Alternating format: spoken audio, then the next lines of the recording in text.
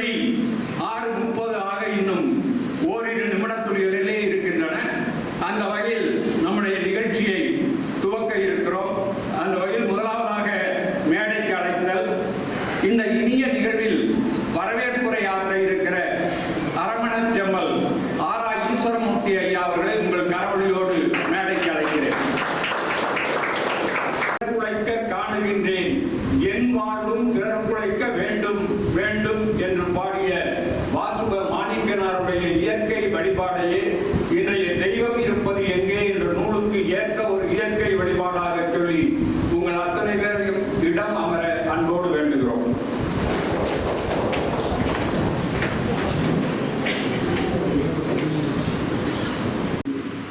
கவிப்பேரரசன் கண்ணதாசன் எப்படி கனிச்சுவை சொட்ட சொட்ட பாடல்களை எழுதினாலும் கூட அவனுடைய சில பாடல்கள் நம்மை சிந்திக்க வைக்கும். ஒரு இடத்திலே கண்ணதாசன் சொல்லுவான், ஜனநாயகத்தை சற்றே நிறுத்தி சவுக்கை கையிலடு என்று சொல்லுவான். ஜனநாயகத்தை சற்றே நிறுத்தி சவுக்கை கையிலடு என்று சொல்லியிருக்கிறான் கண்ணதாசன். இன்னொரு இடத்திலே சொல்லுவான், இன்னொரு மனித ஜாதியை படைக்கும் போது இதயத்தை முகத்தில் வைப்பேன் சொல்லியிருக்கிறான் கண்ணதாசன். இன்னொரு மனித சாதியை படைக்கும் போது இதயத்தை உள்ள வச்சாதான் அது என்ன பேசுது, என்ன சொல்லுது, என்ன செய்யுதுன்னு தெரியல. அதனால நம் முகத்தில் இதயத்திற்கு வலு சேர்ப்பதற்காக அழைத்து வந்திருக்கிறார். முன்னாடு மும்மரசு முக்கொடியும் முப்பாறு முத்தமிழும் உயர்ந்து முக்கடையும் முக்கடையும் சீர்பட்டு திகழ்கின்ற பொன்னாட்டில் அறம் பொருள் இன்பம் என்ற முப்பாறை கொண்ட இல்லாதது இல்லை வள்ளுவத்திலே, பொல்லாதது இல்லை வள்ளுவ பெருந்தகை, சொல்லாதது இல்லை என்ற பெருமைக்குரிய வள்ளுவத்தை 11 குறள்களை மேற்கோள் காட்டி இந்த நூலிலே தன்னுடைய வாதத்திற்கு வலு சேர்த்திருக்கிறார். அன்பிற்குரிய பெருமக்களே, உயர்கிற பொழுது ஒவ்வொரு மனிதனுக்கும் பணிவு வர வேண்டும். சொருகியதும் காட்டியதும் இவ்வளவு வரியை என்னால் படிக்க முடியாது என்று சொன்னான். சரி, எதைத்தான் உன்னால் படிக்க முடியும் என்று கேட்டோம். ஒரே ஒரு வார்த்தையை மட்டும் வேண்டுமானால் நான் படிக்கிறேன் என்று சொன்னான். அவன் சொன்ன அந்த குறளினுடைய கடைசி வார்த்தை சினம். என்னையார் சொன்னதை போல சினம் என்றால் பல பேருக்கு என்ன என்றே தெரியாது. அந்த பையன் அந்த குறளை படித்து மனப்பாடம் பண்ணி என்ன பயன்? அவன் எப்படி வள்ளுவத்தை வாழ்வியலாக்கப் போகிறான்? அவன் அந்த குறளை கருத்தை எப்படி உள்வாங்க போகிறான்? சினம் என்றால் என்ன என்று கேட்டான். இதற்குத்தான் தம்பி திருக்குறளை முழுமையாக படிக்க வேண்டும் என்று சொன்னேன். சினம் என்றால் கோபம். சரி, அந்த 2வது வரை 3 சீரை மட்டும் சொல்லுங்க அப்படின்னு சொன்னான். சரி, படிடான்னு. தன்னையே கொள்ளும் சினம் அப்படின்னா என்னன்னா, உன்னையே கொண்டு போட்டுடும்டா அந்த சினம் என்கிற கோபம். கோபம் அதிகமானால் கட்டுப்படுத்த முடியாமல் போனால் மருத்துவர் சொல்லுவார், ஒன்று ஹை பிரஷர் அல்லது லோ பிரஷர், மொத்தத்தில் ஒரு கதை முடிஞ்சதான்னு சொல்லிடுவாரு. அதனால கோபத்தை கட்டுப்படுத்துகிற அளவு வைத்துக் கொள்ள வேண்டும் என்று வள்ளுவர் சொல்லுகிறார். சரி, மேல்வரியும் சொல்லுங்கன்னா, தன்னை தான் காக்கின் சினம் காக்க. உன்னை நீ காத்துக் கொள்ள வேண்டுமே ஆனால் கோபத்தை கட்டுக்குள் வைத்துக் கொள். காவாக்கால் முடியாவிட்டால் உன்னையே கொள்ளும் சினம் சொல்லும் பிறகு நான் முழுதும் படித்து விடுகிறேன் என்றால் மகிழ்ச்சியான செய்தி எல்லோரும் கைதட்டு. அந்த பையன் அதற்கு பிறகுதான் திருக்குறளை வாசிக்கிறேன் என்று சொன்னான். இவருடைய புத்தகத்தை கூட நான் படிக்க இல்லை. அவர் பலமுறை என்னை கேட்டார், உங்களுடைய கருத்து இந்த புத்தகத்தை பற்றி என்ன என்று. நான் படிக்காமல் எதையும் சொல்வது இல்லை. அதில் உள்ளதை அறியாமல் சும்மா வெறுமனே பாராட்டுவது என்பது பாராட்ட பழகு என்று வாசே குழந்தைசாமி சொன்னதை நானும் கட்டுரையாக எழுதியிருக்கிறேன். பாராட்டை மிஞ்சும் ஒரு பரிசும் இல்லை, பதவி பணம் எதுவும் அதற்கு ஈடு இணையமில்லை, போராட்டம் மிக்கதடா இந்த உலகம், புத்துணர்வின் கேணியடா போற்றும் சொற்கள் என்று பாராட்ட தெரிந்திருந்தாலும், பாராட்டின் அருமை பெருமை தெரிந்திருந்தாலும் கூட தெரியாமல் பாராட்டக்கூடாது என்பதற்காக நான் ஒரு 3-4 நாட்கள் அவருக்கு பதிலே பதிவிடவில்லை. அதன் பிறகுதான் புத்தகத்தை புரட்டி ஒவ்வொரு பக்கத்தில் இருக்கிற உயர்வான கருத்துக்களை பார்க்கிற போது ஒரு 30 நாளைக்கு முன்னாலேயே இதை துவக்கி இருக்கலாமோ என்று நான் எண்ணினேன். ஒரு வார காலத்திற்குள் தான் அந்த கருத்தை பதிவு செய்ய முடிந்தது. எனவே இந்த அற்புதமான நூலை வெளியிட இருக்கிறார்கள். இவ்வளவு கொடுக்கணும் அவ்வளவு கொடுக்கணும் அதெல்லாம் சொல்லல. இதை அவங்க வச்சுக்க போறதும் இல்லை, ஏதோ ஒரு அறப்பணிக்குத்தான் ஆகும்.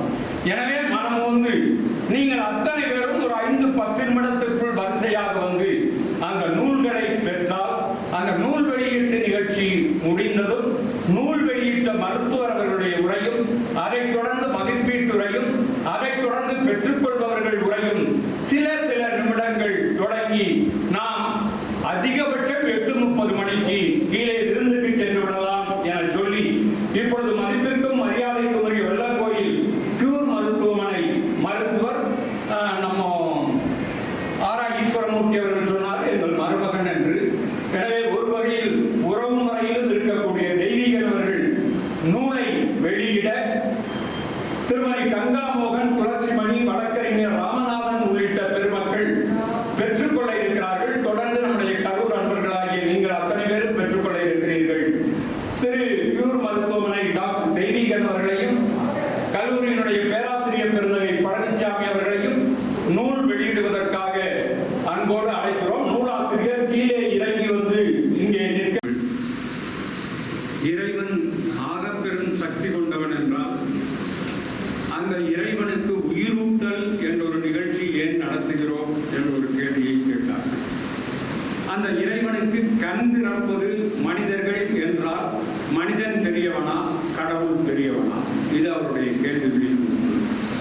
கூடுவதும் கொண்டாடுவதும் குழந்தையும் தெய்வமும் கொண்டாட்டத்திலே என்பதற்கு ஏற்ப சேர்ந்து இணைந்து உறவுகள் மகிழ்ந்து உற்றார்கள் கூடி கொண்டாடுகிற விழாக்கள் இறை விழாக்களாக தொடரட்டும்.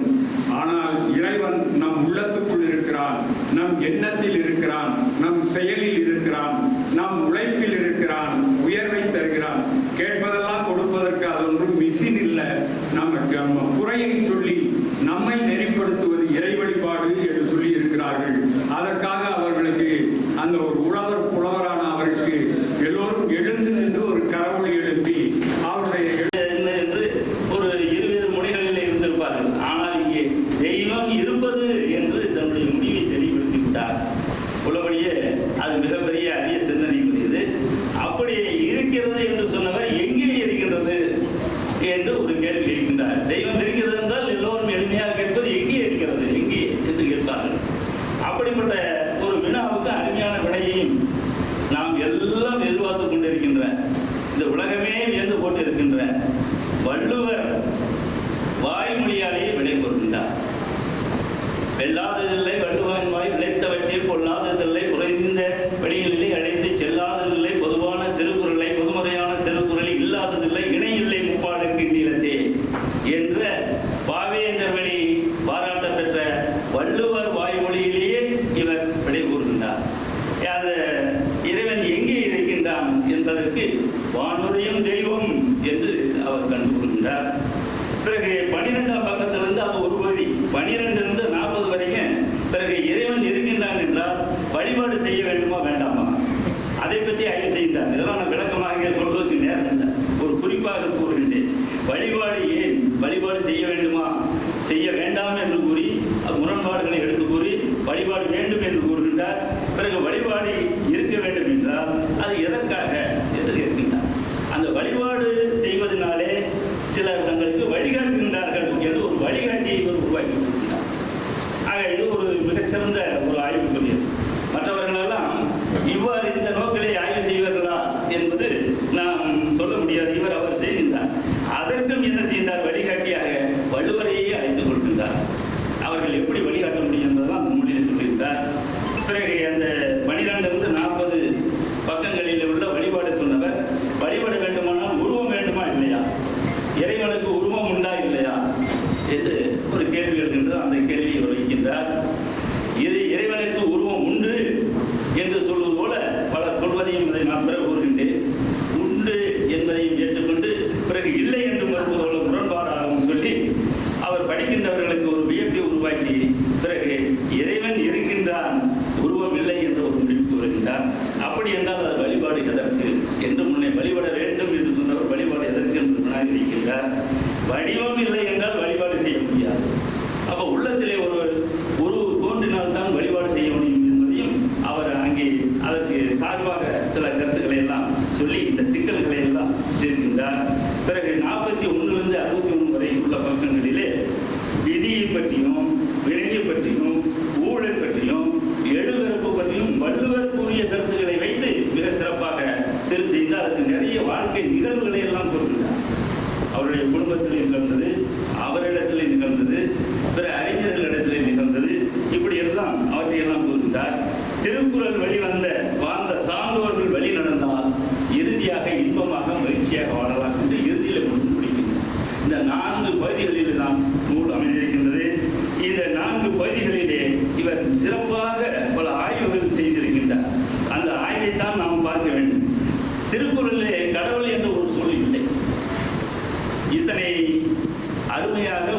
உலகம் புகழத்தக்க உலக அறிஞர்கள் போற்றுகின்ற அருமையான நூலிலே கடவுள் என்ற சொல் ஏன் இல்லை? சங்க இலக்கியங்களிலே ஏன் வள்ளுவர்கள் உடன்பாடு இல்லையா? கடவு உள் என்று பிரிக்க வேண்டும். கடவுள் என்று பிரித்தால் தவறு. கடவு கடந்து செல்கின்ற ஒரு ஆண்பால் பெண்பால் என்று கூறவில்லை. உள்ளே என்கிற ஒரு தன்மை என்றுதான். பிறகு அதன் பிறகு அவர் என்ன செய்தார்? சரி, கடவுள் இல்லை. வள்ளுவர் என்ன எப்படி கடவுளை உங்களுக்கு முன்னே அறிமுகப்படுத்தினார் என்பதை மிக அழகாக அவருடைய திருக்குறளுடைய முதல் அதிகாரத்தை எடுத்துக்கொள்கிறார். முதல் அதிகாரத்திலே அகர முதல் எழுத்தெல்லாம் ஆதிபகன் முதற்றி உலகு. இந்த குறளுக்கு எத்தனையோ அறிஞர்கள் எல்லாரும் ஒருமித்து உரை சொல்லவில்லை. அதனால்தான் ஒரு மிகப்பெரிய ஒரு அறிஞர் கூறினார், திருக்குறளுக்கு இனிமேல் உரையை யார் எழுத வேண்டாம், திருக்குறளுக்கு உரை திருவள்ளுவர் சொன்னதே உரை எழுதும்.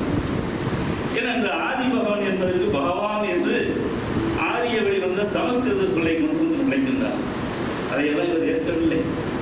இதை மொழிபெயர்த்தவுடனும் அவரவருடைய சிந்தனைக்கு ஏற்ப கருத்துக்களை ஆங்கிலத்தில் மொழிபெயர்த்தவுடன் முரண்பாடாக மொழிபெயர்த்திருக்கின்றார். அந்த முதல் குறளுக்கு ஒருவர் all letters being with you, this world has a supreme being as a first என்று supreme being. இன்னொருத்தர் all the letters have letter, all the letters have letter A, so the eternal the world, this world has the eternal God for it first என்று சொல்றார். eternal God என்று சொல்றார். இப்படி பல பேர் இன்னொருத்தர் சன் என்றே கூறுகிறார். அந்த ஆங்கில மொழிபெயர்ப்புகளை எல்லாம் பார்க்கின்ற போது பல்வேறு கருத்துக்கள் நாம் தமிழ் அறிஞர்கள் எப்படி கூறினார்களோ அதுபோலவே அங்கு ஆங்கில மொழிபெயர்ப்பு இருக்கிறது. இவர் அவற்றை எல்லாம் உணர்ந்தவராகவே தெரிகின்றார். அவர் இறுதியாக என்ன கூறுகின்றார்? இறைவன் என்று 2 குறளிலே வருகின்றது. இருள் சேர் இறைவனையும் சேரா இறைவன் பொருள் சேர் பொருள் புரிந்தார் வருகிறது. பிறவை பெருமிடல் நீண்டும் நீந்தார் இறைவன் அடி சேராதா? எனவே இறைவன் அங்கே வருகிறது. அவர் கடவுள் உண்டு என்று வள்ளுவர் ஏற்றுக்கொள்கிறார் என்ற ஒரு நிலைக்கு வருகிறார். பிறகு மற்ற குறள்களிலே பண்பாட்டு வழியாக இறைவனை பற்றி கூறுகின்றார். அது மிக நிறைய செய்திகளை எல்லாம் கூறுகின்றார். அதாவது மாணவி சேர்ந்தார், தனக்கு பூமி இல்லதான், அறவாளி அந்தனந்தால் அறவாளி அந்தனம், இப்படி எல்லாம் பல பண்பாட்டு அடிப்படையிலே இறைத்தன்மைகளை எல்லாம் கூறுகின்றார். அப்படி கூறுகின்ற பொழுது அந்த தன்மைகளை எல்லாம் நாம் பெற வேண்டும். யார் இறைவனை நம்புகின்றார்களோ, ஏற்றுக்கொள்கின்றார்களோ, வழிபாடு செய்கின்றார்களோ இல்லையோ, அந்த பண்புகளை நாம் சொல்ல வேண்டும். அப்பொழுதுதான் இந்த உலக வாழ்க்கை மிக சிறப்பாக இருக்கும் என்று அவர் கூறுகின்றார். எந்த இடத்திலையும் திருவள்ளுவர் உருவ வழிபாடு தேவையில்லை என்று கூறுகின்றார். பாவேந்தர் ஒரு பாடலிலே கூறுவார், காணாத கடவுள் ஒரு கருங்குரங்கு என்பதும் கருங்குரங்கின் வாழிலே கட்டி வளையம் தொங்கும் அதிலே மதமென்ற கழுத்தை ஊசலாட வீணாக கதிரியின் வாழ் இடுக்க நிலை வெறிகொண்ட சாதி என்னும் வெறும் போக்கிலியன் என்று ஒரு பாடல் பார்த்தார். இவற்றையெல்லாம் வள்ளுவர் மிகச்சிறப்பாக இதே கருத்தை நயமான முறையிலே பிறப்புக்கும் எல்லா உயர்வும் சிறப்போவா செய்தொழில் வெற்றியான் என்று அந்த சாதி இல்லாத முறையை இங்கே நாம் இறை வழிபாட்டிலே கொண்டு வர வேண்டும் என்றதெல்லாம் இவர் அருமையாக பல இடங்களிலே கருதுகின்றார். அதையெல்லாம் நாம் எடுத்துக்கொள்வதற்கு இங்கே நேரமில்லை. பாரதியார் கூறுவார், உயிர்களெல்லாம் தெய்வமன்றி பிற ஒன்றில்லை, பார்க்கின்ற பொருளெல்லாம் தெய்வம் பெறார். எந்தெந்த பொருளை பார்க்கின்றார்களோ அந்தந்த பொருளெல்லாம் தெய்வம் என்று கூறுகின்றார். இயல்கின்ற ஜட பொருள் அனைத்தும் தெய்வம் பெறார். இது தெய்வம், இந்த ஒளி வாங்கி தெய்வம், இந்த விசைப்பலகை தெய்வம், இந்த நாற்காலி தெய்வம், எல்லாம் பாரதியினுடைய கருத்து. பிறகு எழுதுகோள் தெய்வம், இந்த எழுத்தும் தெய்வம் என்று கூறுகிறார். இப்படி பாரதியார் கூறுவதை வைத்து இவர் தெய்வம் எல்லாம் உண்டு, எல்லா இடங்களிலும் போய் பிறகு உருவ வழிபாடு தேவையில்லை என்பதை தெளிவுபடுத்தி நாம் உள்ளத்திலே தெய்வத்தன்மை உடையவர்களாக வாழ வேண்டும் என்று வையத்துள் வாழ்வாங்கு வாழ்பவன் வானூரின் தெய்வத்தில் வைக்கப்படும் என்று சொல்லி அந்த இறைவன் எங்கே இருக்கின்றான் என்றால் வையத்துள் வாழ்வாங்கு வாழ்பவன். அப்படிப்பட்டவர்கள் வானுரை தெய்வத்தில் வைக்கப்படும். அந்த தெய்வம் வானத்திலே இருக்கின்ற, வானத்திலே உரைகின்ற, வானத்திலே வாழ்கின்ற தெய்வம் என்று கூறுகின்றார். ஆனால் உரையாசிரியர்கள் வானளவு உயர்ந்த நிலையிலே இருக்கின்ற மதிப்புடன் கோளால் வாழ்கின்றவர்கள் என்றும் உரை கூறியிருக்கின்றார்கள். எனவே எந்த நிலையிலே பார்த்தாலும் இவர் கூறிய கருத்து மிக சிறப்பாக இருக்கின்றது. தெய்வம் அங்கே வானிலை உரைகின்றது என்று கூறுகின்றார். பிறகு அப்படிப்பட்டவர் கடவுள்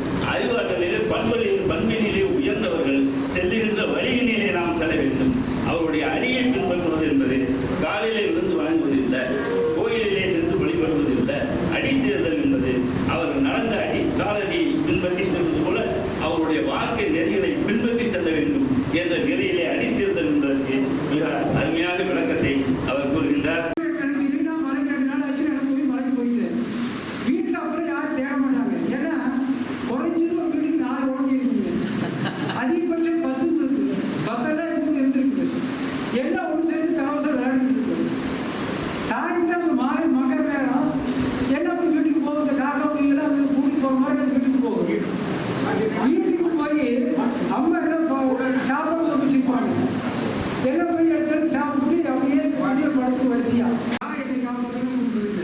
ஒரு அம்மா போய் கடவுள் கேட்டான், கடவுளே என்னை காப்பாற்று உலகத்தை தாங்க. கடவுள் சொன்னார், கிளம்பி ஒழுங்கு ஒழுங்கு சாமி கும்பிட்டு வீட்டோட தான் பரவாயில்ல, நீ வெளியே போகிறத நீங்களாம் சாப்பிட்டு வரல, நிறைய சாப்பிட்டு முடங்கள் மூப்பிள்ளி உண்டாக்கி எங்கிட்ட வரலையா, அது மருத்துவமனை இருக்கும்போ அப்படின்னா. ஒரு பையன் போய் கேட்டுக்க, கடவுளே எனக்கு 40 வயசு ஆகுது, இன்னும் கல்யாணம் பண்ணல, ஏதாச்சும் எனக்கு ஒரு குடும்பம் கொடுப்பாங்க, என் கல்யாணம் வேலை இவ்வளோ உண்மையாக எனக்கு குடும்பம் கொடுக்குறது. போய் அப்படி அப்பா அப்பா இல்லையா வித்தியாசம் போய் 2 நிமிஷம் சேர்த்து உனக்கு பொண்ணு கிடைக்கிறாரா அப்பா என்ன சொல்கிறாரு அப்படின்னா, அந்த காலத்தில் ஒவ்வொரு கல்யாணம் பண்ணிக்கும் போது பட்ட பெண்ணு வீட்டில் படித்த கொடுமையெல்லாம் நினச்சி பார்க்க முடியல. கார் ஒன்று கொடுக்குது வெகுளுக்கு கார் போட்டாச்சு, ட்ரைவ் வாங்கி கொடுங்க, கார் வாங்கி கொடுக்குது, இந்த சீரை ஒரு டைப் பண்ணி செய்கிறாங்க, போட்டு நச்சு எடுத்தாங்க. அதனுடைய விலையை நீங்கள் இப்போ அனுப்பிச்சிருக்கீங்க, அதுதான் காரணம். வேறு ஒன்றும் இல்லை. நீ அதெல்லாம் போய் முடிச்சதுன்னா அடுத்து திரும்பி இப்படி வினை என்பது விளைவித்து வருவது பாண்டியம் நெடுஞ்சலுக்கு எப்படி விளைவிடுது? அவர் நல்லவில்லையா? பாண்டியமான நெடுஞ்சலையில் எந்த தப்பு பண்ணவர் ஒரே கண்ணகி காசியம் வீச அடிச்ச உடனே ஏன் உயிர் போச்சு? வினை வினை காலம். நாம் அப்போ என்ன செஞ்சுருக்கிறோமோ அது அப்படியே நம்மளுக்கு வரும். எல்லாம் தேங்கி தேங்கி வச்சுருக்கோம். நம்ம தப்பு பண்ணது நீங்கள் கெட்டதாக நினைப்போம், அந்த தப்பு அப்படியே இருக்குது. அடுத்து அப்படியே போயிட்டே இருக்கு. 7 தலைமுறைக்கு ஒழுங்கு சொல்றது, பின்னாடி 7 தலைமுறை, முன்னாடி 7 தலைமுறை. அங்கே என்ன பதிஞ்சிருக்குதோ அது அப்படியே தலைமுறை இருக்கும். அந்த தலைமுறையில் நாம் அனுபவிச்சு முடிச்சிட்டோம்னா அடுத்த தலைமுறைக்கு போகிறாங்க. இல்லாமல் போனால் அது வந்துட்டே இருக்குது. தலைமுறைன்னு சொல்லும்போது விதின்னு சொல்லும்போது தான். அப்போ விதி வினை ஊழி பெருந்த யாரோட மற்றும் சூழியும் தாழ்ந்துன்னா என்னதான் பண்ணாலும் கூட நடந்து 240 பேர் இறந்துட்டாங்க, உடனே தப்பிச்சுட்டாரு. எப்படி தப்பிச்சார்? அப்படின்னு ஏதோ ஒரு காரணத்தில் பேர் தப்பிச்சுட்டாரு. உடனே அவர் கடவுளே நீ காப்பாற்றிட்டு, அப்போ அந்த கடவுளே 240 பேருக்கு கொண்டாடா? அப்போ ஊருக்கு உலகத்தை காப்பாற்ற போறியா? ஈரான் போர் நிறுத்த போறியா? காசாவில் யுத்தத்தை நிறுத்த போறியா? அமெரிக்காவுக்கு ஈரான் அணுகுண்டு குண்டு போடுறாங்க, அது நிறுத்த போறியா? எதுதான் உண்மை காப்பாற்றுறாரு? இந்த மாதிரி நீ தப்பிச்சுக்கிட்டே போயிட்டே போகும், போயிட்டே இருக்கும். நீ எந்த கடவுளை இல்லை என்று நான் சொல்றேன். கடவுள் வாழ்த்து வந்ததுனால வள்ளுவரே கடவுள் வாழ்த்து சொல்லியிருக்காரு. அதான் நம்ம கடவுள் இருந்து அந்த வேலையை போராடலாம். நம்முடைய வேலையை நாம் ஒழுங்காக கவனித்துக்கொள்ள, நம்முடைய வேலையை தவறுனாங்க, நாமளும் துன்பப்படுறாங்க, மற்றவர்களும் துன்பம் கொடுத்தாங்க. இயற்கையோட வாழ்வோடு ஒத்து வாழ்ந்தாங்க. ஒரு பக்கம் நாம் சாயப்பட்டதை கலந்துக்கோம், அடுத்த பக்கம் அதை சுற்றுலா நோக்கி போய் இயற்கை நோக்கி சார்ந்து இந்த வேலையை செய்யாமல் இருந்தால் ஒழுக்கமான ஒரு வாழ்க்கையை வாழ்க்கை இயற்கை நமக்கு உண்மையாக இருக்கும். என்னைக்கு இறப்போம் கவலை இல்லை, என்னைக்கு வேணாலும் போகலாம். உயிர் அப்படிங்கிற உயிர் போவதும் இல்லை, வரதும் இல்லை. உயிர் போயிட்டு ஆத்மா சாந்தி அடையும். இந்த ஆத்மா சாந்தி அடையும், ஒரு ஆத்மாவும் ஜாதி அடைகிறது. உயிர் என்பது ஒரு இயக்கம், டப் டப் டப் டப் ஓடிக்கிறது. மருத்துவம் செய்யுங்க, அது நின்று போனால் அவ்வளோதான். அது கட்டை வேறு நீங்கிட்டு தினமட்டு வேறு சூரியன் காக்கடையை போயிட்டு நீரில் மூழ்கி நினைக்கூடிய வேண்டியதான் நம்ம வேலை. அதனால உயிருக்கு உயிர் ஆகிறதும் பார்க்கறதில்லை. எப்போ போகுமோ போகும், அவ்வளோதான். போயிட்டா அது எங்கேயும் போவதில்லை, அப்படியே அவங்க உள்ளே இருக்குது. அது உயிர் என்பது வேறுகிட்ட உயிர்னு சொல்ல முடியும், அது இயக்கம். அந்த இயக்கம் என்ன செய்யும்? அந்த கட்டை போட்டு 4 நாளைக்கு பேச்சு வந்து பேரம் வந்து அண்ணன் வந்து பங்காளி வந்து தம்பி வந்து ஒரு பால் போட்டு வச்சுக்கிட்டு அவசியம் இல்லை. 3 மணி நேரம் தூக்கி போட்டு சுட்டு போட்டு போயிடலாம். அது எங்கே வச்சுக்கிட்டு எனக்கு தெரியும். எங்கே போட்டு பந்தல் போட்டு சாப்பாடு அங்கே சவங்களுக்கு இந்த மாதிரி சாப்பாடு அனுப்பிச்சு ரொம்ப இதாக இருக்குது, அசிங்கமாக இருக்குது. அதுக்கு சாப்பிட்டு 7 மணி நேரம் வச்சுக்கிட்டு இருக்காங்க. அது சவம் அது முடிச்சு போனால் ஒரு கிட்டத்தட்ட அதிகபட்சம் 6 மணி நேரம் வந்தால் வந்து இல்லை. அதை போட்டு வச்சுட்டு பின்பாடிக்கிட்டு தண்ணி குடிச்சிட்டு வச்சுட்டு இருக்காங்க. அது கட்டை வீடு உடனே நீக்கும் பொழுது ஒன்று அது நீக்கி போச்சு தான் முடிஞ்சது, போட்டு போட வேண்டியதான். அதே உயிர் என்பது அது இணை விதி என்பதெல்லாம் நாமளாக வகுத்து கொண்டது இயற்கைக்கு கிடையாது. அந்த விதி வழி வாழ்க்கையை போயிட்டே இருக்கு. ஜாதகம் பார்க்கணும்.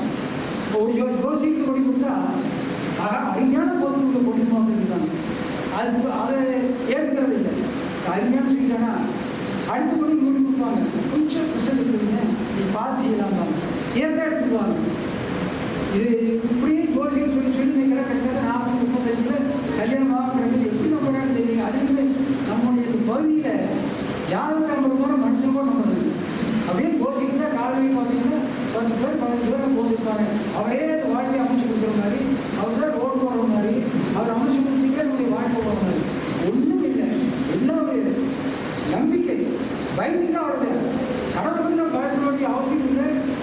என்ன கடவுளுக்கு நம்ம பயப்பட வேண்டிய அவசியம்? கடவுளுக்கு விஷயம் இருக்கு, கடவுளே கும்பிட்டு போயிட்டே இருக்கலாம்.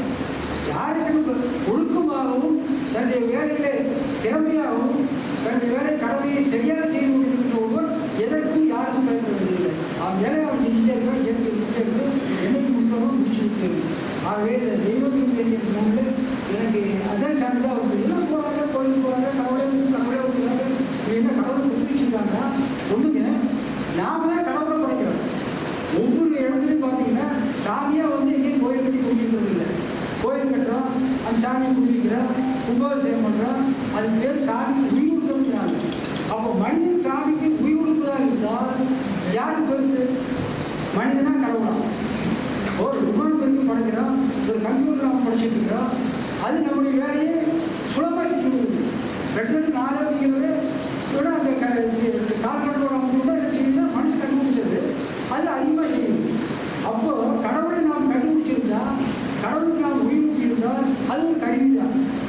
அந்த கருவிகிட்ட நான் போய் கேட்க எனக்கு எவ்வளோ இருக்குது ஒன்றும் கேட்கல. அப்போ கேட்டால் கும்பிடுறேன் அத்தனை கொடுத்துருந்தா இப்போ அப்படி கொடுக்குறா அப்படின்னா மனிதர்கள் யாரும் பாடுபட வேண்டியதில்லை, எங்கேயும் போக வேண்டியதில்லை. அவங்க வீட்டில் வந்துட்டு காலையில் போய் கடவுளை கொடுத்துட்டு எனக்கு இது ஒரு அக்கௌண்ட் ஒன்று கொடுத்தா அது வீட்டு.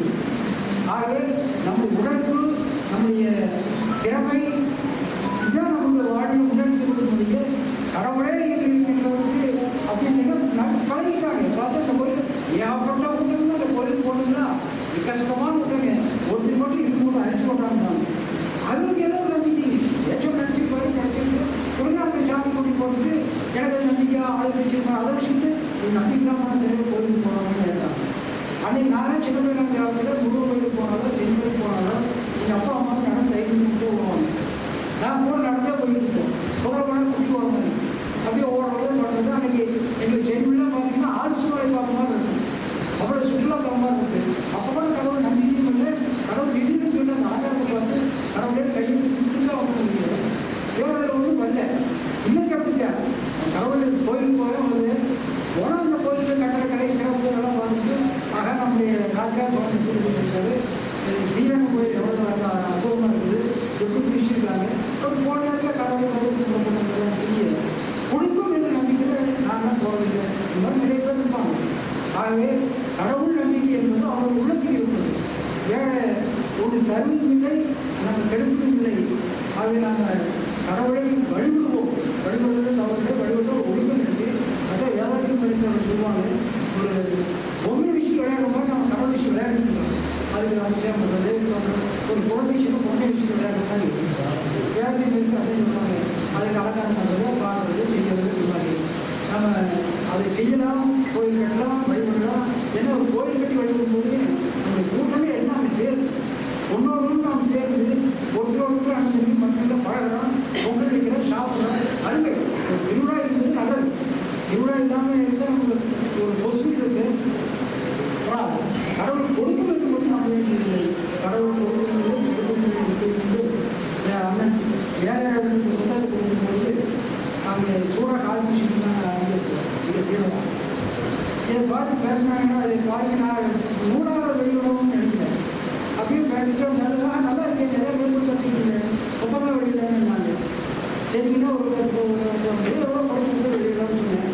உடனே ஆரா ஈஸ்வரமூர்த்தின்னு சொல்லி விழாவுக்கு ஏற்படுத்திட்டாங்க. உடனே சொல்லி ஆரா ஈஸ்வரமூர்த்தியே இலக்கமான எல்லாம் இருந்தால் நான் எழுத்தாளர் இல்லை, எழுத்தாளர் ஒரு சேனல் வருது, ஒரு ஆர்வம் ஊக்கம் அவங்கதான் எப்படி கொடுக்கான்னு தெரியல. நாம நல்லா எழுதுறாங்க, நல்ல எழுத்தாங்க ஆரம்பிக்கிறாங்க. எவ்வளோ ஊக்கமும் ஆக்கமும் மாதிரி அந்த எழுதான மாதிரி அந்த தலைமைக்கு சொன்ன மாதிரி ஒரு எழுத்தாளருடைய வரிசையில் பின்னாடி இல்லை. நான் முந்திலாம் மணிவானவர்களும் சொல்ல முடியாது. இதுல யாரும் அவருடைய பின்னாடி நான் ஒரு எழுத்தாளராக இருக்கிறேன்.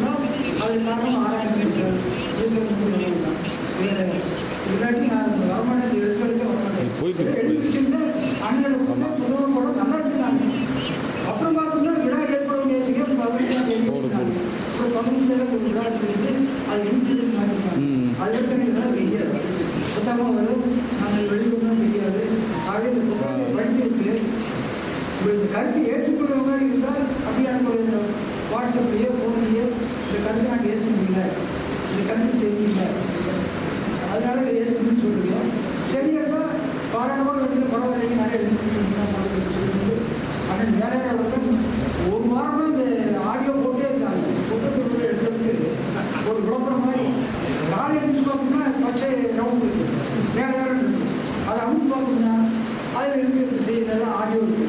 அதை போட்டோம்னா நீங்கள் புத்தகம் செய்தி கூட இருக்குது. ஆகவே என்னுடைய புத்தகத்துக்கு அவ்வளவு தகுதி இருக்கிறதா என்று கூட எனக்கு தெரியவில்லை. அந்த அளவுக்கு அது ஒரு விமர்சனமோ ஒரு விளம்பரமோ கொடுத்து பொது வந்து அந்த வேலையாளர் அவர்களுக்கு என்னுடைய வாழ்த்துக்களையும்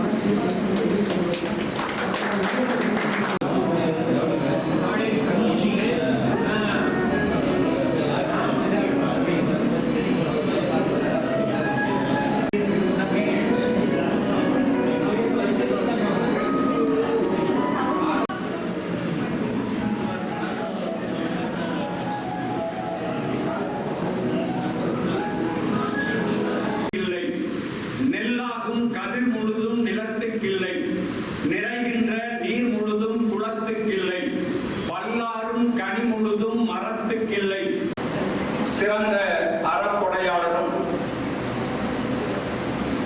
இலக்கிய அமைப்புகளின் மீதும் கல்வியின் மீதும் ஒத்தது அறிகிற ஒரு உயர் குணத்தின் மீதும் கொட்டும் இசை முழங்க வீட்டிருக்கும் வேலையாளரே, உம்மை தட்டினாலும் கொட்டினாலும் வெளிப்படுவது இன்னிசையும் இலக்கியமுமே. செயல்பாடோ பாட்டன் வகுத்த உப்பாலின் வெளிப்பாடோ, உடலும் உள்ளமும் மேலைக்காக வடிவமைத்த மேலையாரே, தினமும் ஒரு குரல், தினமும் ஒரு விழா உமக்கு இரு கண் போல காத்திருக்கு. காதலுக்கு வயதில்லை, அதுபோல் உன் கனீர் குரலுக்கு ஓய்வில்லை. தனக்கென பெருமை கொள்ளாமல் தன்னை சார்ந்தவர் தான் தொழில் பழகிய காலத்திலே திரும்பி பார்த்தேன் என்கிற தலைப்பில் அவருடைய வரலாற்றை ஒரு நூலாக வெளியிட வேண்டும் என்று நான் ஆசைப்பட்டேன். பிறகு சுத்தமாக வேண்டாம் என்று சொல்லிவிட்டார். தான் தொழில் கற்றுக்கொண்ட அந்த காலப்பொழுதில் தன்னுடைய தந்தையார் 20 பைசா போக 5 பைசாவை பத்திரமா பாதுகாத்து வச்சு சனிக்கிழமை அதிகப்படியான வேலை பார்க்கிற பொழுது ஒரு சாயா கூட குடிப்பாராம். ஈஸ்வரமூர்த்தி அவர்கள் இன்றைக்கு மொழி தெரியாத பல நூறு பேர்களை தன்னுடைய அலுவலகத்திலே வைத்து அலுவலகத்தில் திரும்பிய திசையெல்லாம் திருக்குறளை பரப்பி உதவி கேட்பவர்களுக்கும் ஒரு மகத்தான மாமனிதராக அள்ளி கொடுத்து கொண்டிருக்கிற வள்ளல் பெருந்தகை எங்கள் திருக்குறள் பேரவையின் புரவலர் ஆராப்பட வேண்டும் என்பதிலே அழுத்தமான கருத்து கொண்டவர். அன்பிற்குரியவர்களே, அந்த வகையிலே இந்த நூல் உருவாக்குங்கள் வாழ்வும் எங்கள் வளம் மங்காத தமிழின் சங்கியும். பேரன்பிற்குரிய இந்த அவையிலே என்னுடைய இளமைக்கால நண்பர் அன்பிற்குரிய உப்பா சுப்பிரமணியன் அவர்கள் எழுதிய தெய்வம் இருப்பது எங்கே என்னும் நூல் வெளியீட்டு விழாவில் எனக்கும் இந்த அரிய வாய்ப்பை அளித்த தலைமையேற்று மிகச் சிறப்பாக திருக்குறள் பேரவையின் வழியாக திருக்குறள் தொண்டு செய்து வருகிற அன்பிற்குரிய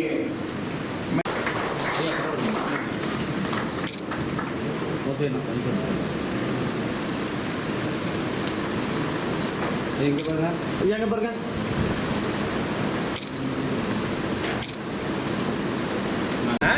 உப்பா சுப்பிரமணியம் புகழ். இன்னும் சத்தமே எனக்கே கேட்க. உப்பா சுப்பிரமணியன் புகழ், அவர்தம் குடும்பத்தார் புகழ், உப்பா சுப்பிரமணியன் குடும்பத்தார் புகழ். இன்னும் பன்னூல் படைக்க நம்முடைய வாழ்த்துக்களை தெரிவித்து அவரை திருக்குறள் பேரவையின் சார்பில் இப்பொழுது சிறப்பு செய்கிறோம்.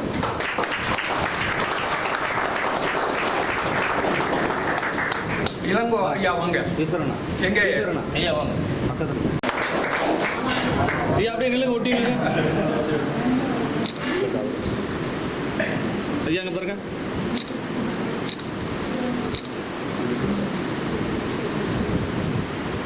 ஓகேங்க.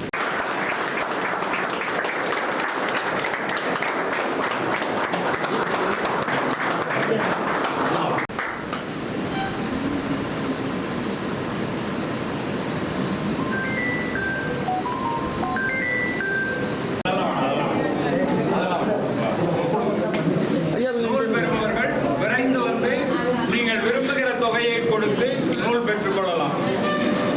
டக்குன்னு டக்குன்னு வாங்க வாங்க வாங்க.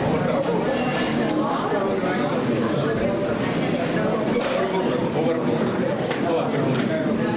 நீங்க வாங்க.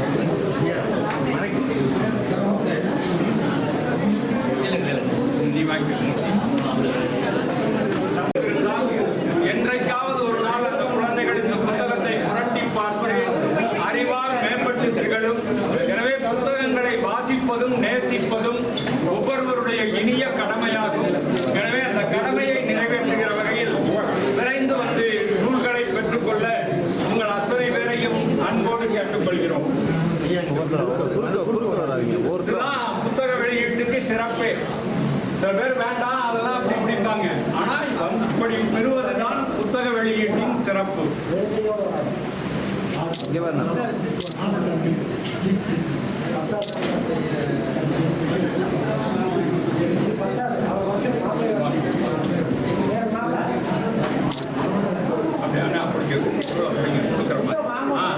வாங்க டக்கு டக்குன்னு எடுங்க. Okay okay okay.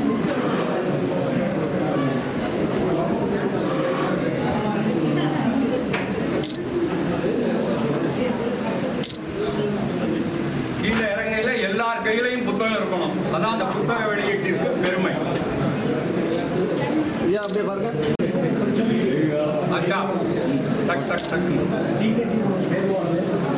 ரவி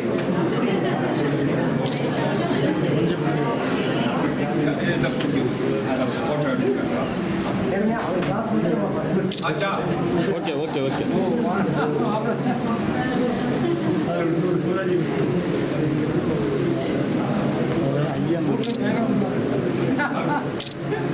ஓகேண்ணா. தமிழ் செம்மல் விருது பெற்ற பெருமக்கள் அவர்கள் இப்பொழுது நூல் பெற்றுக் கொண்டிருக்கிறார்கள்.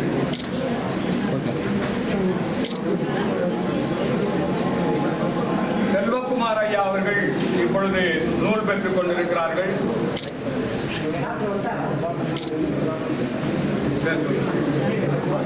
ரவிக்குமார் அவர்கள் இப்பொழுது தெய்வம் இருப்பது எங்கே என்ற நூல் பெற்று மகிழ்கிறார்கள்.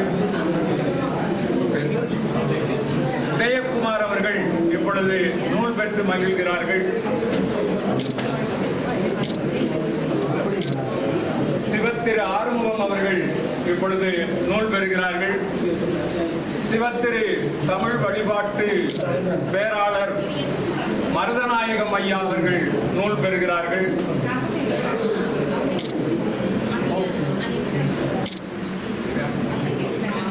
அன்பிற்குரிய முத்துசாமி ஐயா அவர்கள் இப்பொழுது நூல் பெறுகிறார்கள்.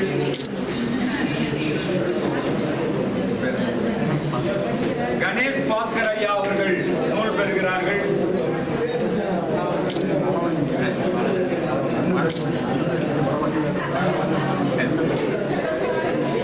எழுச்சி கவிஞர் ஓ செல்வம் சார்பாக வளவன் அவர்கள் நூல் பெறுகிறார்கள்.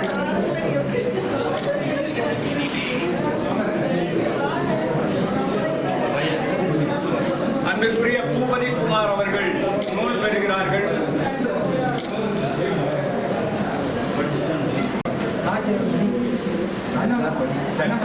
அன்பிற்குரிய ராஜாமணி அவர்கள் இப்பொழுது நூல் பெறுகிறார்கள். நூல் பெற்ற பெருமக்கள் யாரும் சென்று விட வேண்டாம், நிகழ்வுகளை நூல் பெறுகிறார்கள். ஓகே. அப்படியே பாருங்க.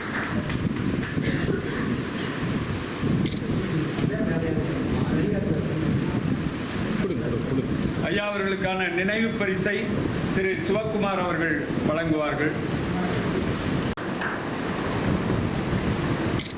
இணைந்து நூல் வெளியிட்ட பேராசிரியர் ஐயா அப்படியே நடுவில் இல்லைங்க. சகோதரி கங்கா மோகன் அவர்கள் இப்பொழுது ஒரு சில வார்த்தை பேசுவார். ஓகே. கொடுத்த சுப்பிரமணியம் ஐயா அவர்களுக்கும் அண்ணா சொன்ன மாதிரி தனித்தனியாக பேர் சொல்லக்கூடாதுன்னு சொல்லிட்டாங்க. ஸோ என்டையர் ஃபேமிலிக்கும் என்னுடைய நன்றியை தெரிவித்துக் கொள்கிறேன். நன்றி, வணக்கம். பேச்சை தயாரித்துக் கொண்டு பார்த்து படிப்பது என்பது பேச்சாக அமையாது. எனவே உங்கள் இருவருடைய பேச்சும் எங்களுடைய உள்ளம் ஈர்த்த பேச்சு என்ற வகையிலே நன்றியை தெரிவித்துக் கொண்டு அகவை முதிர்ந்த ஓய்வு ஐயா அப்படியே இருங்க.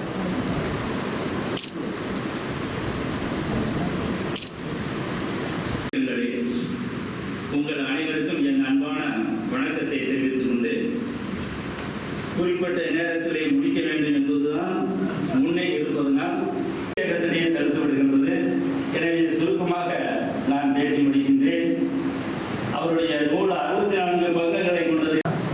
அத்தனை ஆய்வு குறிப்புகள், சான்றுகள் எல்லோரையும் அழைத்திருக்கின்றார். பாரதியாரை அழைத்திருக்கின்றார். ஏன்னா பாவேந்தரை விட்டுவிட்டார்.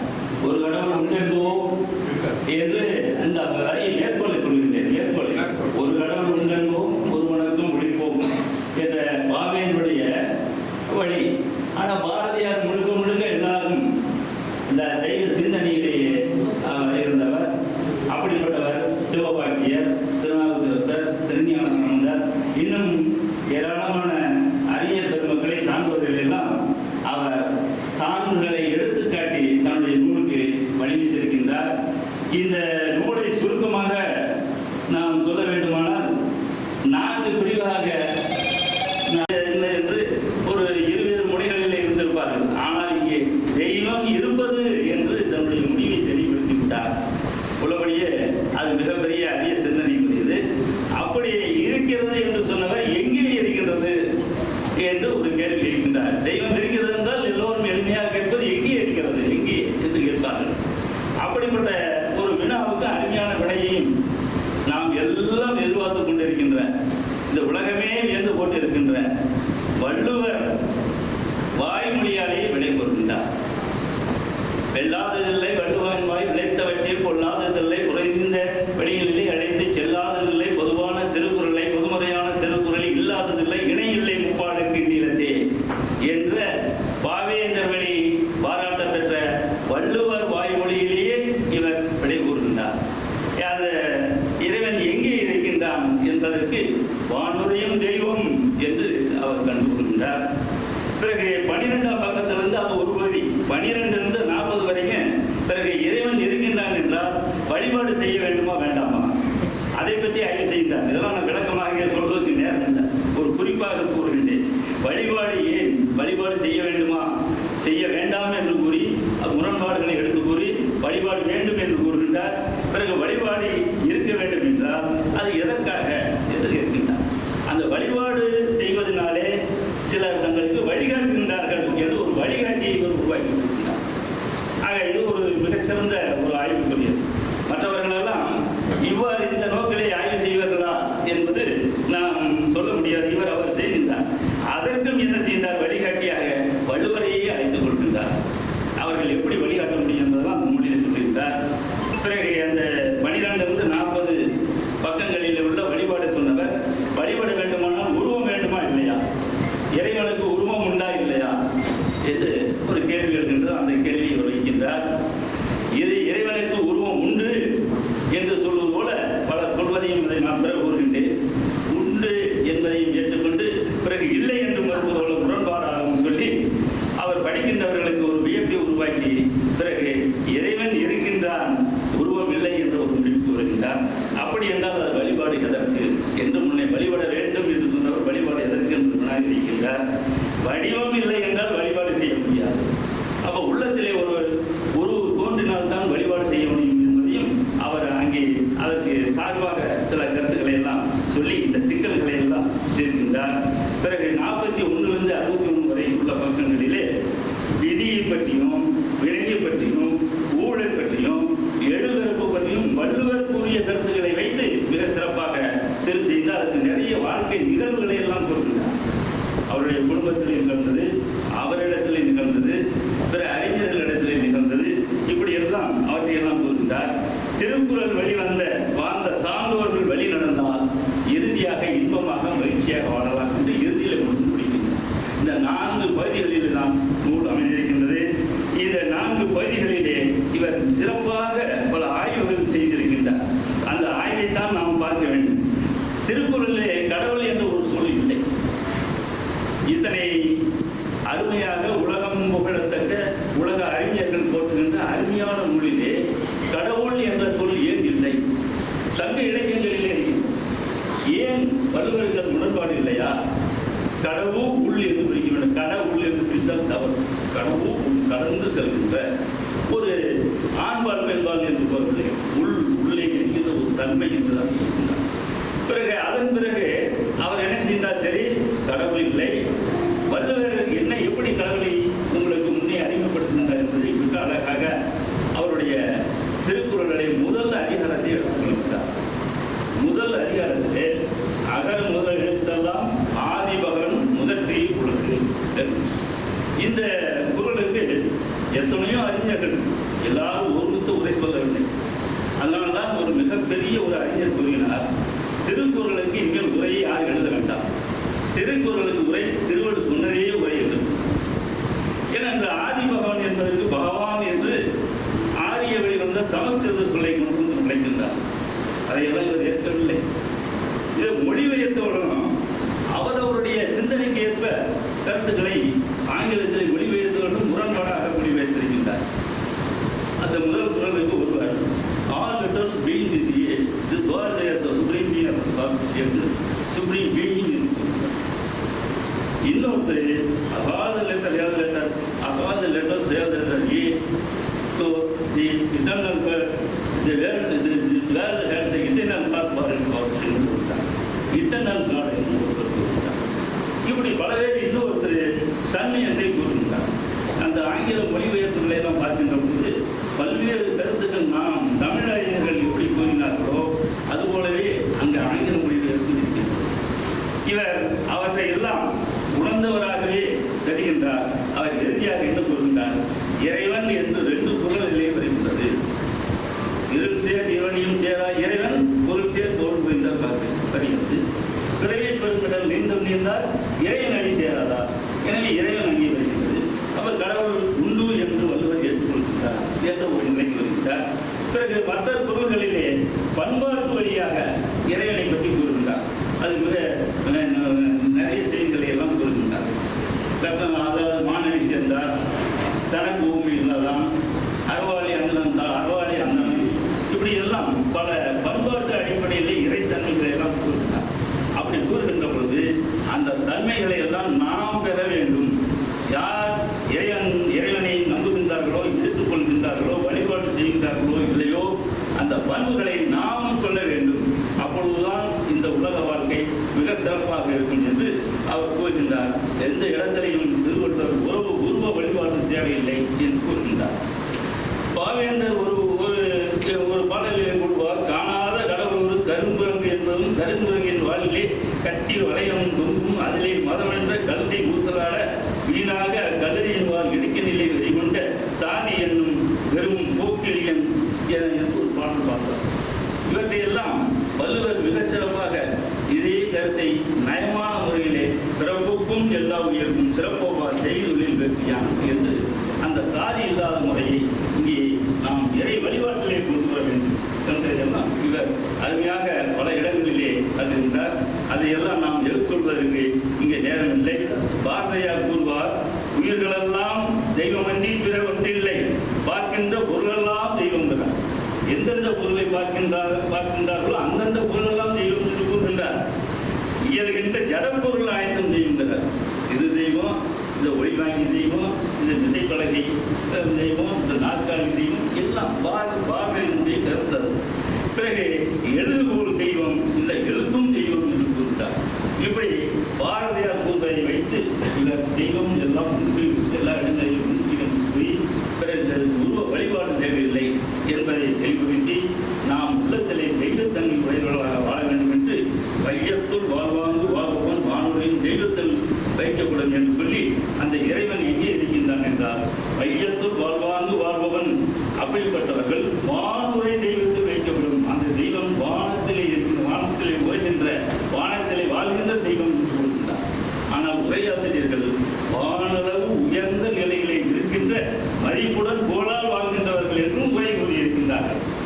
எந்த நிலையிலே பார்த்தாலும் இவர் கூறிய கருத்து மிக சிறப்பாக இருக்கின்றது. தெய்வம் அங்கே வானிலை உயர்கின்றது என்று கூறுகின்றார். பிறகு அப்படிப்பட்டவர் கடவுள் வாழ்த்து வணக்கம் என்றோ இறை வணக்கம் என்றோ முதல் அதிகாரத்திலே திருவள்ளுவர் பெயர் வைக்கவில்லை. நமக்கு மேலே இருக்கின்ற ஒருவனை வாழ்த்தி எந்த ஒன்றையும் ஆரம்பிப்பது மரபு என்பதால் கடவுள் வாழ்த்துடன் ஆரம்பித்திருக்கிறார் என்று அதற்கு ஒரு இவர் என்ன சார்பு நிலை கூறுகின்றார். கடவுள் வாழ்த்து ஏன் வைத்தார் என்பதற்கு கூறுகின்றார். இவராக அவர் கூறியவர் இறுதியில் என்ன செய்கின்றார், இந்த வள்ளுவர் சொன்ன கருத்துக்களை நாம் போற்றி நடக்க வேண்டும். அடி சேர்தல் வள்ளுவர் பல இடங்களிலே கூறுகின்றார். இறைவன் அடி சேராதார். இறைவன் அடி சேருதல் என்பது என்ன? இறைவன் அளவுக்கு மதிப்பு உயர்ந்தவர்கள், அறிவாற்றலிலே பண்பினிலே உயர்ந்தவர்கள் செல்லுகின்ற வழியினிலே நாம் செல்ல வேண்டும். அவருடைய அடியை பின்பற்றுவது என்பது காலிலே விழுந்து வணங்குவது இல்லை, கோயிலிலே சென்று வழிபடுவது இல்லை. அடி சேருதல் என்பது அவர்கள் நடந்த அடி காலடி பின்பற்றி செல்வது போல அவருடைய வாழ்க்கை நெறிகளை பின்பற்றி செல்ல வேண்டும் என்ற நிலையிலே அடி சேருதல் என்பதற்கு மிக அருமையான விளக்கத்தை அவர் கூறுகின்றார்.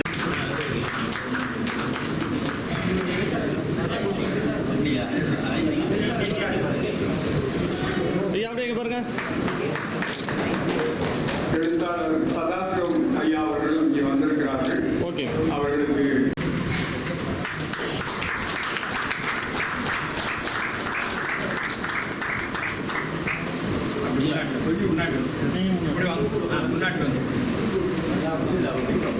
ஐயா அப்படியே இங்க பாருங்க.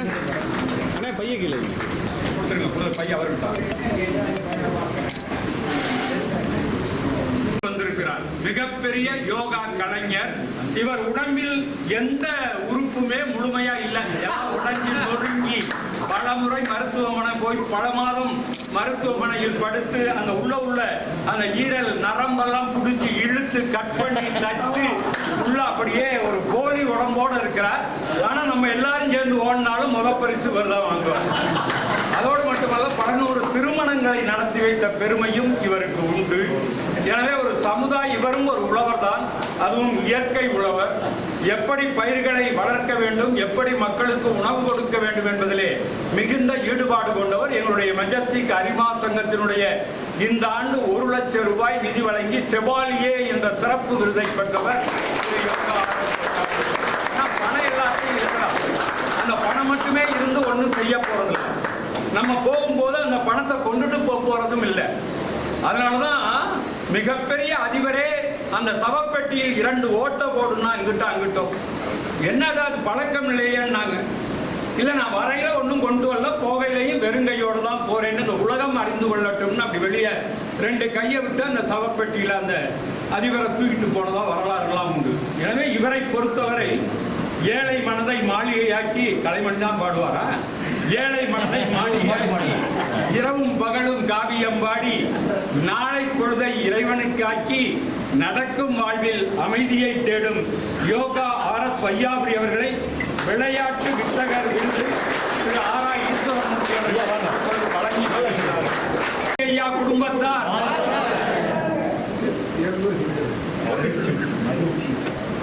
பெற்றிருக்கிற மருத்துவ மாமணி தெய்வீகன் அவர்கள் இந்த நூலாடையை அணிவிப்பார்கள்.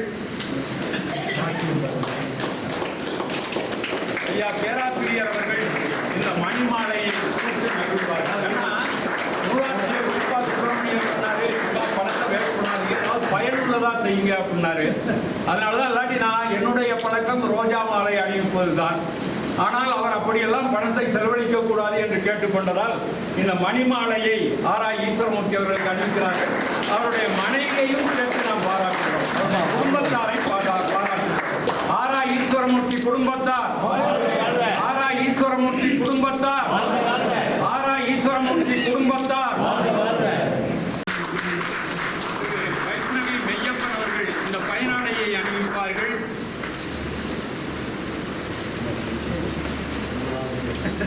அரிமா சங்கத்தின் வட்டார தலைவர் சீனிவாசபுரம் வெங்கட்ரமணன் அவர்கள் அவருக்கு நினைவு பரிசுகளை வழங்குவார்கள்.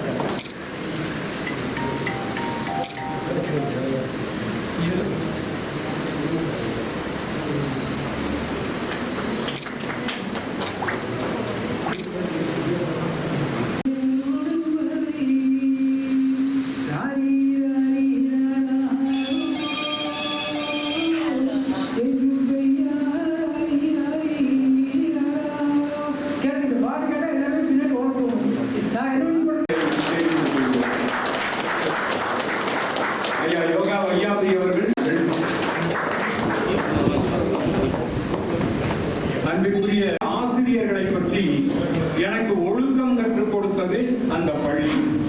எனக்கு பண்பை கற்றுக் கொடுத்தது அந்த பள்ளி. அடுத்த